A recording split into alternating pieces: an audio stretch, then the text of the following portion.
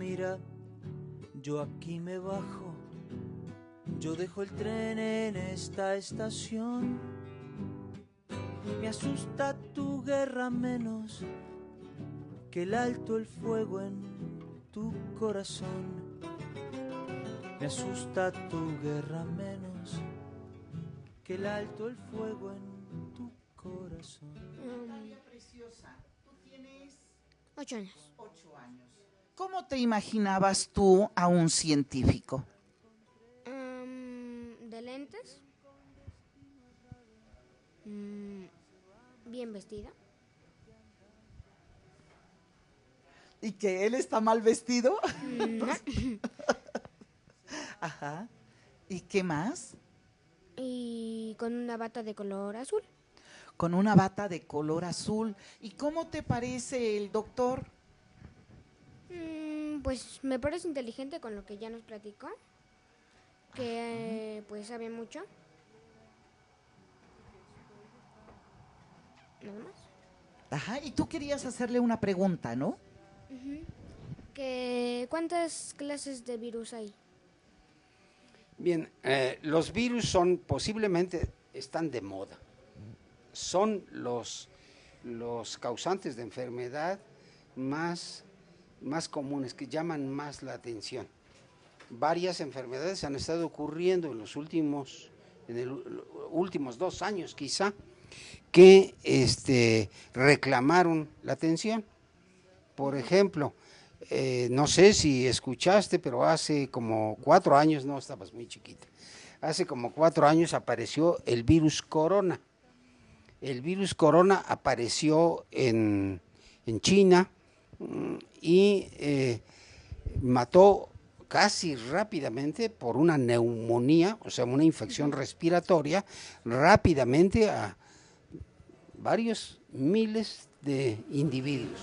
Pero lo curioso es que el 80% de las gentes que enfermaron y murieron tenían relación con la medicina, o sea, eran médicos o auxiliares o los camilleros, los que tenían relación con esos pacientes.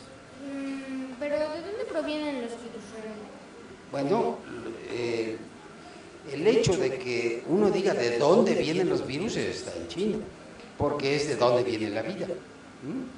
Porque finalmente los virus, aunque no son seres vivientes, son previvos, o sea, casi son vivos. Bueno, ahorita que hiciste esa pregunta, según vi en un libro, según el hombre hizo un virus para acabar con una plaga de ratas.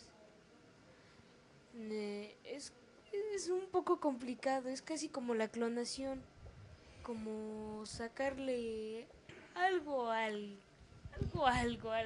más o menos así. Los seres grandes, como nosotros, o los animales, incluso las plantas, tienen en su célula ácidos nucleicos, que son el origen de la vida, hablando desde el punto de vista a como nosotros la vemos. Tienen una fracción ADN, que es ácido desoxirribonucleico, que es inmutable durante millones de años. El ser humano, ¿no? No, pero todas las plantas y animales tienen también su propio ADN y ARN también. Son diploides, por eso se les dice. Entonces ellos, a través de esas dos fracciones, son capaces de heredar lo que son. Por ejemplo, tú te debes parecer a tu papá, pero no totalmente, porque tu papá dio la mitad de sus cromosomas y tu mamá puso la otra mitad. De tal manera que saliste tú con tu propia personalidad, mitad papá, mitad mamá. Algunos de esos cromosomas o algunas de esas expresiones se pueden ver. Por ejemplo, a lo mejor te dicen que tiene los ojos de tu papá, o las orejas de tu mamá, o la boca de no sé quién. Bueno, pues es que eso lo vas heredando. Y entonces se va expresando en ti. Los ADN son inmutables, o sea, no se pueden cambiar. Por eso es que si tú te encuentras una hojita o un hueso o alguna cosa así de hace millones de años, te pueden decir ahora con el ADN a quién pertenecía e inclusive qué características tenía. Pero el ARN no. Y ahí está el secreto. El ARN, las bases que tienen bases púricas y pirimídicas, así se llaman. Y esas bases se van entrelazando y cambiando de tal manera que pueden llegar a ser cientos de miles por cada individuo. Individuo pensando un ratón, un árbol o un humano. Todos somos iguales. Ahí está el concepto. Entonces ahí lo interesante es saber de dónde viene la vida. ¿Qué es la vida? Fíjate que hay una cosa muy curiosa, y a ti que te gusta leer, lee los filósofos griegos. Hubo filósofos. ¿Qué es un filósofo finalmente? Es un individuo que ve las cosas como todo mundo, pero las interpreta y se pregunta y empieza a dialogar consigo mismo primero y luego con los demás. ¿Qué cosa es esto? ¿Por qué surgen estas cosas? La vida finalmente es la primera pregunta que todos los grupos de humanos se preguntaron. Los indios, los hindúes, para que uno oye indio despectivo, los hindúes, los chinos, los árabes, fueron mucho antes que los griegos. Y ellos, pero tuvieron el posible defecto de creer que la vida la hacían los dioses. Entonces atribuyeron, es muy cómodo decir que Dios hace todo. Dios te da la enfermedad, Dios te quita la enfermedad, Dios te da esto, Dios te da lo otro, pero el filósofo es el que se detiene a preguntar si Dios efectivamente hizo eso. Si puede haber una explicación razonable de cómo ocurre la vida. Y eso que estoy platicando vale mucho la pena comentarlo, por ejemplo, cuando la filosofía se alejó un poco de Dios, entonces aparecieron los filósofos griegos de 500 o 400 años antes de Cristo, que son los que se llamó presocráticos, antes de Sócrates. Y leyendo por ahí te vas a descubrir que estos griegos, estos primeros filósofos griegos, a lo mejor tenían la razón. Y alguien dice, nos hemos estado esperando 2000 años para saber que ellos tenían la razón. Ellos dijeron, se les llamó atomistas. ¿Por qué se les llamó atomistas? Porque dijeron que todas las partículas vivientes están formadas por una unidad pequeñísima que se llama átomo, que quiere decir que no se puede dividir. Es la más pequeña. Y esa le va dando personalidad, conformándose en moléculas y después en seres vivientes. Entonces, quizá el secreto de la vida está en los átomos. Pero resulta ahora que los físicos son terribles y han dicho, los átomos no son materia. ¿Cómo que no son materia? No es una piedra que uno diga, este es un átomo. Porque resulta... Porque la piedra está formada por los átomos. La piedra tiene átomos, pero el átomo se supone, vamos a imaginarlo nosotros, que es una piedrita muy pequeña. Es un átomo. El átomo más sencillo es el átomo de hidrógeno. El átomo de hidrógeno tiene un elemento positivo que está en el centro y rodeándolo y girando intensamente un electrón. Entonces tiene un protón y un electrón, y es el átomo más sencillo. Pero es el más abundante en el universo. Hidrógeno está en todos lados, y lo dijeron los presocráticos. Inclusive de ahí se derivó después el conocimiento de que el agua, ¿qué es el agua? Hidrógeno y oxígeno. Dos moléculas. Dos de hidrógeno y una de oxígeno. Ahí está. Y el agua está en todos lados. Ahora, ¿qué tenemos nosotros como elementos en un cuerpo orgánico? Carbono, hidrógeno, oxígeno, nitrógeno y párale de contar y empieza a contar pequeñísimas cantidades hasta de más, un poquito más de 100 elementos, que son todos átomos. El gran problema de entender es que ahora han descrito partículas más pequeñas que el átomo. Han visto que los protones y los electrones están compuestos por un montón de partículas. Y que, sí, y que todo se mueve por energía. Todo es energía. De tal manera que esa energía que están haciendo los electrones moviéndose millones de veces alrededor de su protón, es la que le da sus posibilidades de cambio o de intercambio. Y todas las células están deseando captar hidrógeno y captar oxígeno. Por eso ahora se habla mucho de la oxidación como una causa de enfermedad. Y que si tú quitas la oxidación, el individuo se cura. O se mejora por lo menos, si no se cura. ¿Qué es? Ya hasta nos rejuvenecemos. Ya, sí, ya. Sí, Yo pues, tengo ando 180 años. Tengo dos preguntas. A ver, Antes de que existieran los humanos ya había vida. no, virus. Ah, claro. Sí, porque la primera regla de la vida es que no hay vida eterna. ¿Quién la puso? No me preguntes eso, si no sé quién hizo esa malvada regla, pero todos nos vamos a morir. Unos más temprano, otros más tarde, pero todos vamos a morir. Entonces la primera regla es que la vida no es eterna, se va uno a morir.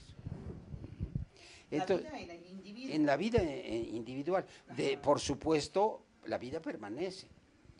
La vida como concepto genérico permanece. Porque además hay otra cosa que les va a llamar mucho la atención. El cosmos, o sea, por decir algo, no sé qué podrá ser un ejemplo.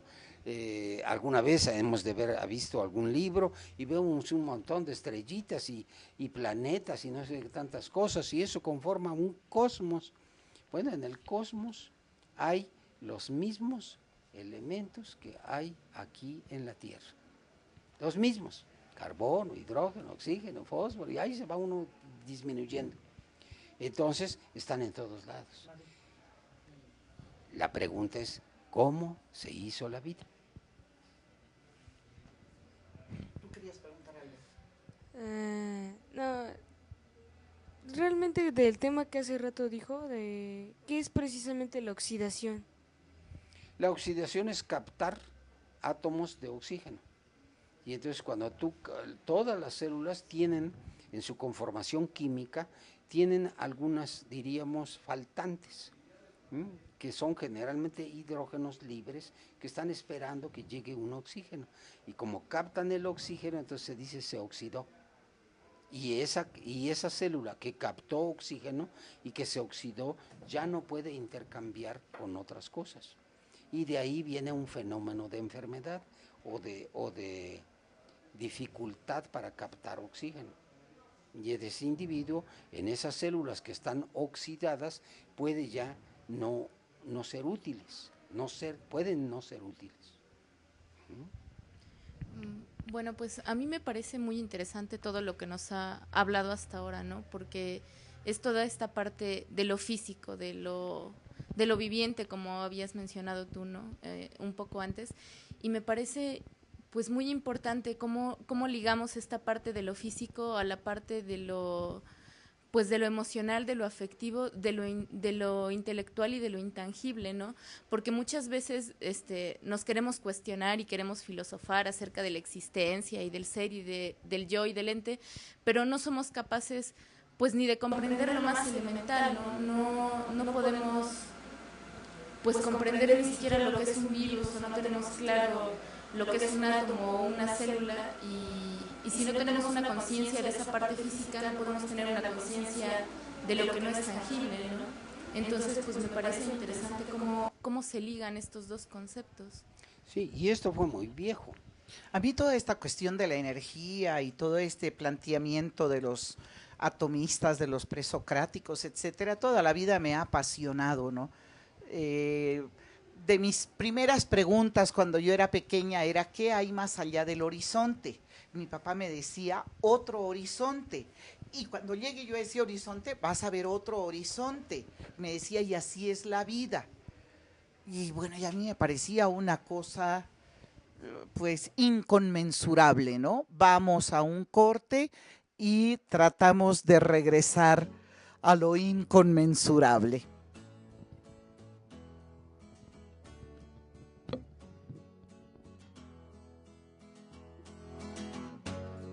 Una pesadilla blanca de chimeneas quemando sangre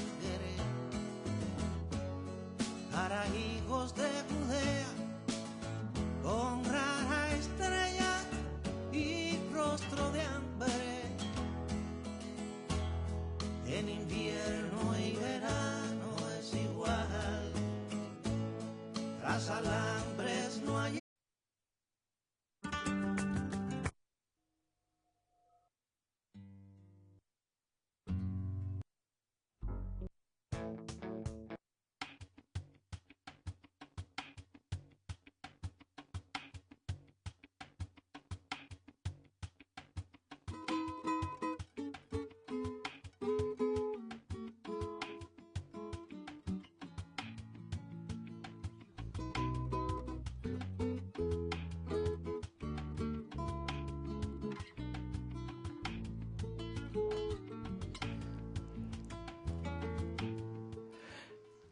Empezamos el último bloque, ya para despedirnos.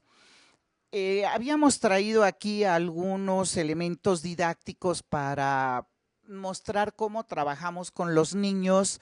Claro, no en este nivel en que usted está explicando, con los niños trabajamos en un nivel mucho más sencillo, y no solamente con los niños, con los estudiantes universitarios e inclusive de doctorado.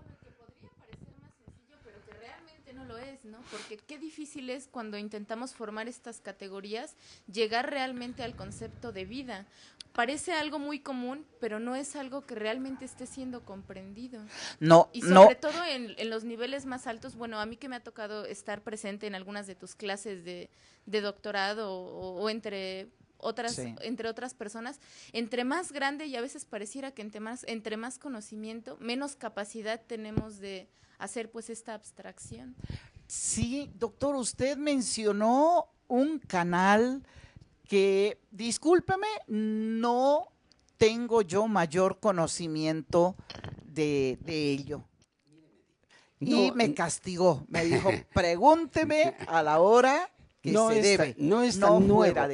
Debe tener más o menos unos 20 años que los físicos se preguntaron cuando empezaron a dilucidar que había partículas que conformaban a los electrones. Las partículas elementales, sí.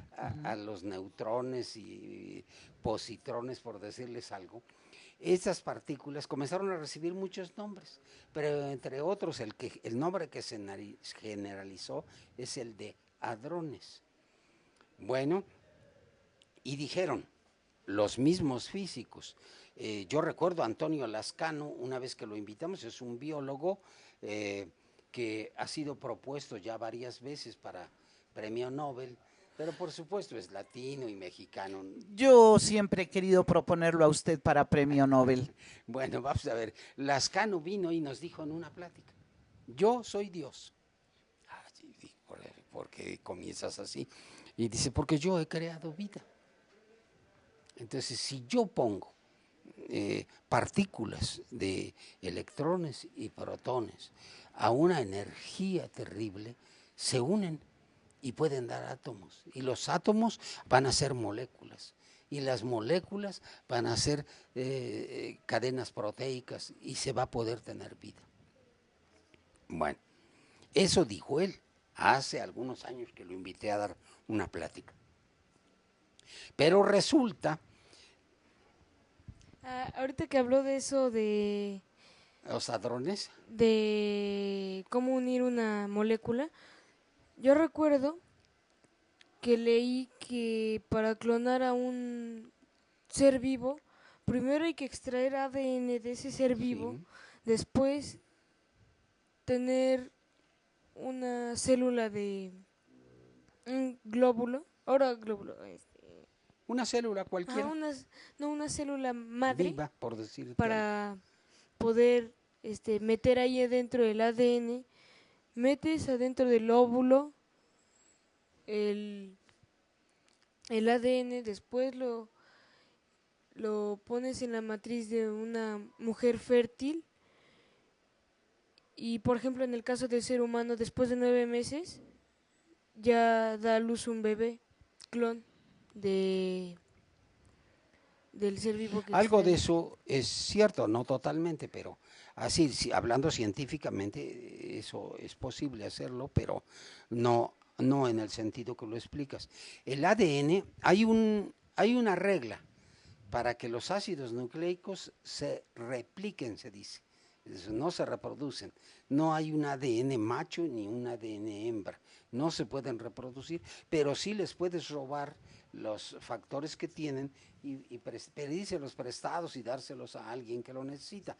Ese sería el éxito de la medicina, que uno pudiera robarse los genes y ponerlos en genes anormales, quitarlos y poner genes normales. Ese es el ideal de haber descrito cómo está conformado el gen humano. Pero sigamos con los hadrones. Bueno, pero resulta que hay partículas más pequeñas, que son los hadrones. Entonces los físicos del mundo se reunieron. Y lo curioso de todo esto es que los únicos que no aceptaron reunirse fueron los gringos. Pero están reunidos todos, inclusive hay creo que 4 de nuestra universidad, 4 físicos de nuestra universidad, y entonces hicieron un canal de más o menos 30 kilómetros entre Francia y creo que Suiza, pues, ahorita de pronto me falla la geografía, no va a ser que Suiza esté muy lejos, pero hicieron hicieron un canal de 30 kilómetros en el cual se pretende, más bien no se pretende, ya se está haciendo, bombardear a drones con una energía muy semejante a la solar. Y entonces se supone que los hadrones van a estar dando volteretas ahí, esperando que la energía los una. Y en el momento que nos una, a lo mejor se hace vida, se hace un ser vivo. Pero Hadrones. ¿Los hadrones forman al átomo? Formarán un núcleo atómico y electrones, y entonces si ya formaron un átomo, entonces es posible que juntar varios átomos y hacer moléculas. Entonces, sí, pero juntos crearán vida. Eso se supone que están haciendo, crear vida. Pero ¿no se supone que si bombardeas algún átomo puede que haga explosión nuclear? Ah, no, sí, pero ya lo fraccionaron. Ya está fraccionado el átomo y no produjo la energía nuclear. Es muy interesante esto de las energías. Bueno, para terminar con Medi, porque ese problema es interesante. Bueno, entonces están bombardeando los átomos y todos los científicos están alrededor de esos 30 kilómetros con monitores para ver en qué momento se logran reunir esos hadrones. Y se le llama así canal de hadrones. Y ha sido publicitado, a lo mejor no en todos los medios, pero aquí nuestro rector se paró el cuello diciendo que ahí teníamos a 4 físicos mexicanos trabajando en el canal de hadrones. Entonces, esa es una opción. No me pregunten más porque eso no está fácil de explicar. Todo se hace con energía, por eso decimos, todo es energía. Hace 20 años ya, porque fue en 1990, un médico de Aguascalientes, que es oftalmólogo, que es neurólogo y es quién sabe qué, un montón de cosas, y entre otras cosas, maestro en ciencias, tratando de curar la queratitis, así se le llama, o la degeneración de queratina de los ojos de los diabéticos. Entonces observó que la retina es uno de los pocos lugares donde hay melanina, y la melanina es una sustancia que nos da el color de la piel. Entonces él dijo, bueno, la melanina no hay más que en unos cuantos lugares. Lo hay en la piel, dándonos color, por lo tanto está en todos lados. Lo hay en los pelos, dándonos color. Bueno, a mí ya no me pueden dar, pero a ustedes sí les da color. Está en los pelos. Y también está en uno de los semicírculos del oído interno. Entonces este señor, mexicanito, se puso a ver cómo lograba que la melanina se descompusiera. Por supuesto, la reacción bioquímica que me aprendí, que es bastante complicadita, pero muy sencilla, acaba dando agua. Acaba la melanina convirtiéndose en H2O. Y para haber hecho eso, despierta una energía bárbara, brutal. Algo así como una bomba atómica chiquita. Entonces, Pero, ¿eso es una parte del agua que tenemos en el cuerpo humano? sí. En el cuerpo humano, entre el 72. 60 y 70% de nuestro peso es pura agua, somos agua. Estamos aguados. De alguna manera, las células son agua. Entre las células hay agua. Circulando hay agua. Entonces estamos aguados. Bueno, ese es el problema. Pero este señor observó que esa reacción que había hecho para obtener agua se reinvertía otra vez solita, liberando energía nuevamente para volver a ser melanina. Entonces dijo, oiga, esto es una energía aprovechable y utilizable prácticamente. Entonces hizo un reloj y una lamparita que tiene 20 años funcionando sin recarga de nada. Esto se llama en ciencia serendipia. O sea, descubres algo que no querías descubrir. Eso es una serendipia. Dice, yo quería descubrir por qué la melanina hacía no sé qué más y descubrí que libera energía y que esa energía es aprovechable. ¿La melanina está compuesta de algo? ¿Por algo? Sí. ¿Quieres que te diga la fórmula? Está muy horrible. Es tri-hidroxifenilalanina. Entonces, eso es más o menos. Bien. Entonces, aquí resulta esto interesante. El médico que se llama Arturo Solís dijo, esto es aprovechable. Entonces, fabricó una solicitud para hacer una patente, para que él pudiera decir, puedo hacer energía donde quieran, yo la voy a hacer. Por supuesto, en 20 años nuestro país no le ha resuelto nada. Entonces empezó a mandar a diferentes países. Hace, creo que 5 años, se lo aceptó Rusia.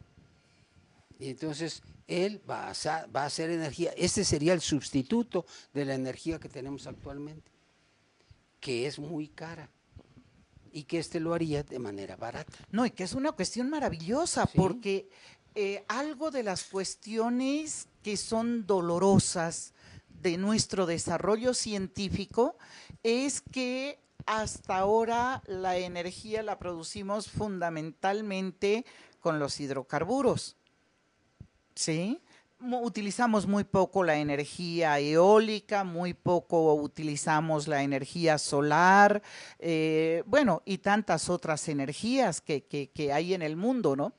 Y en los niveles de integración de la materia, el primer nivel de integración es el nivel físico, sí. ¿Sí? Y pues la física hasta ahora ha evolucionado muy poco para podernos explicar una cantidad de cosas que a ratos pareciera que fueran cuestiones esotéricas, y que no son cuestiones esotéricas, sino que nuestra ignorancia muchas veces no nos permite comprender o ver o analizar aquello que está más allá de lo que nosotros estamos palpando. Desafortunadamente se nos acaba el tiempo.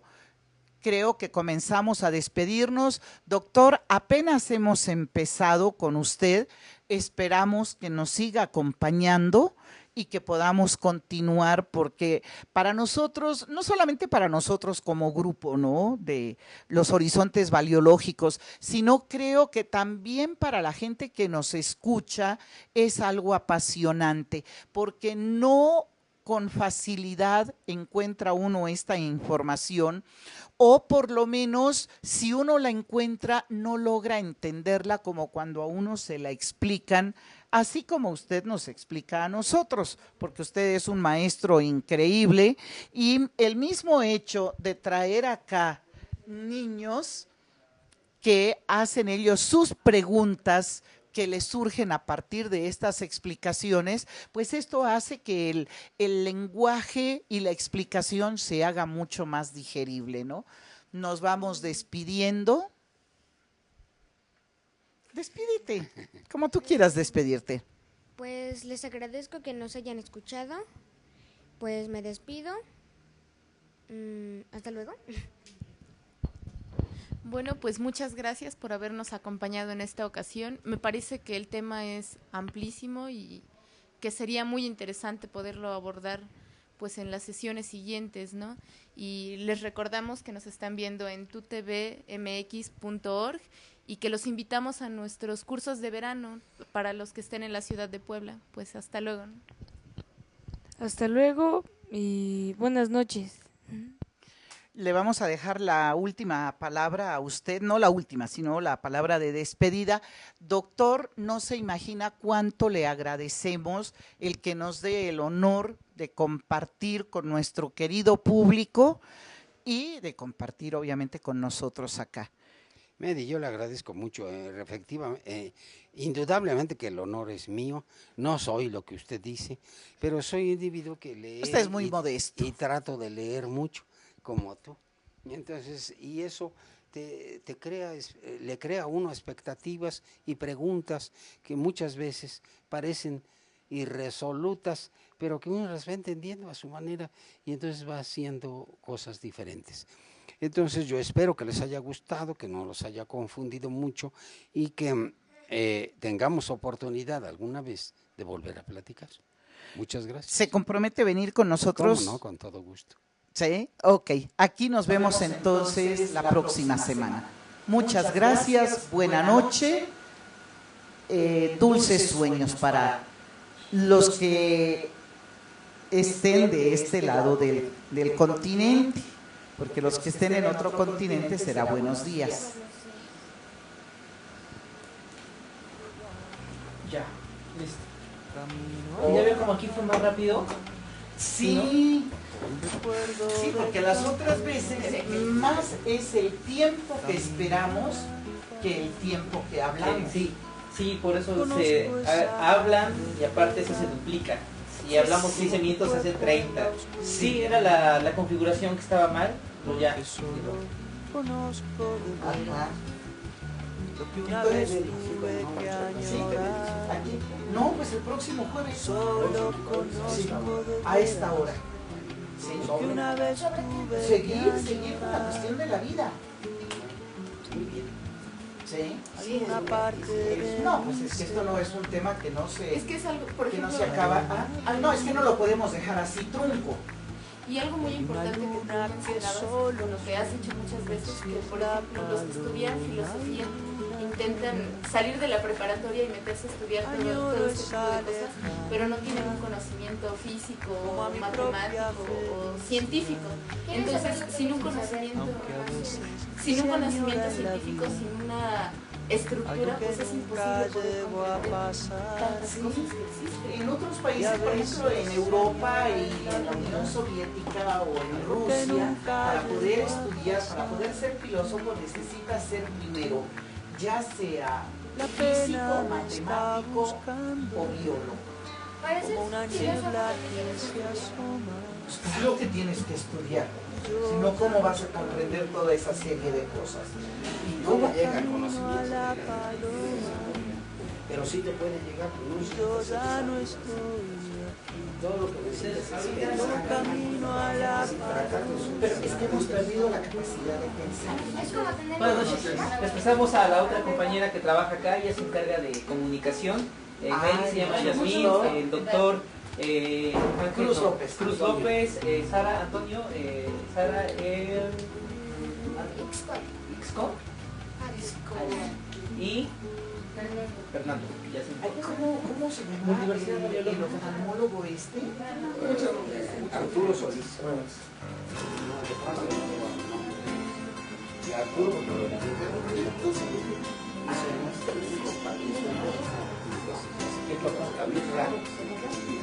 Ajá, el cone de Ablitos Canales. Me gusta estar al lado del camino, fumando el humo mientras todo pasa. Me gusta abrir los ojos y estar vivo, tener que verme con la resaca. Entonces navegar se hace preciso en barcos que se estrechen en la nada. Vivir a todo inventado es sentido, creo que esta sí es la parte más pesada. Está casado En tiempos donde nadie escucha a nadie, en tiempos donde todos contra todos, en tiempos egoístas y mezquinos, en tiempos donde siempre cuando a mí me corrieron la primera vez habrá que declararse incompetente en todas las materias de mercado. Habrá que declararse un inocente.